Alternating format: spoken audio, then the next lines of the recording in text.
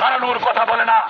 কিন্তু আজকে ইহুদি বন্ধুরা যে নির্যাতনের কার্যক্রম করছে, আমরা জানি অনেক শান্তিপ্রিয় ইহুদিরাও তারা আজকে ওই ইসরায়েলেও তারা প্রতিবাদ করছে। সারা পৃথিবীতে মানবতাবাদী মানুষগুলো, গণতন্ত্রমনা মানুষগুলো এবং মানবিক চেতনার মানুষগুলো সারা বিশ্বে ইসরায়েল, মার্কিন যুক্তরাষ্ট্র এবং ইংল্যান্ডের বিরুদ্ধে তারা প্রতিবাদ করে যাচ্ছে। আমরাও প্রতিবাদ করছি। এই জন্য আসুন বন্ধুরা, আমরা আমাদের সুন্দর পৃথিবী গড়ে তোলার জন্য, আমরা আমাদের ভালোবাসার পৃথিবী গড়ে তোলার জন্য, আমাদের ভালোবাসার প্রিয় পাত্র, আমাদের ভালোবাসার স্বাক্ষর, আমাদের শিশুদের জন্য এই প্রিয় পৃথিবী গড়ে তোলার জন্য আমরা যে যেখানেই থাকি না কেন আমরা সোচ্চার হই, আমরা জেগে উঠি। পৃথিবীতে এই নবায়নযোগ্য আজকের জ্বালানি ব্যবহারকে উৎসাহিত করার জন্য আমরা জেগে উঠি।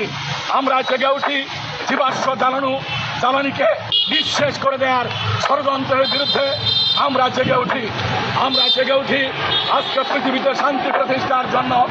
সকল প্রকার অন্যায়, অবিচার, অনাচার, ঘুষ, দুর্নীতি, দুর্বৃত্তায়নের বিরুদ্ধে আমরা জেগে উঠি।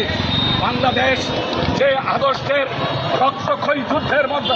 রক্তক্ষয়ী আন্দোলনের মধ্য দিয়ে যে রক্ত ঝরা অভ্যুত্থান সংঘটিত হয়েছে, সেই অভ্যুত্থানের একটা আকাঙ্ক্ষা পূরণ করার জন্যে, ৭১-এর মুক্তিযুদ্ধের আকাঙ্ক্ষা পূরণ করার জন্যে সকল প্রকার আগ্রাসী শক্তির বিরুদ্ধে আমরা সোচ্চার হই। বন্ধুরা, সবাইকে শুভেচ্ছা ভালোবাসা জানিয়ে, বিশেষ করে সামাজিক উন্নয়ন প্রশিক্ষণ কেন্দ্র এবং আমাদের মহিলা সংগঠনগুলো আজকে যারা মানববন্ধনে দাঁড়িয়েছেন তাদের প্রতি সম্মান শ্রদ্ধা জানিয়ে আসুন বন্ধুরা, আমরা আবারও কথা বলি, জাগো এবং অবস্থান গ্রহণ করো।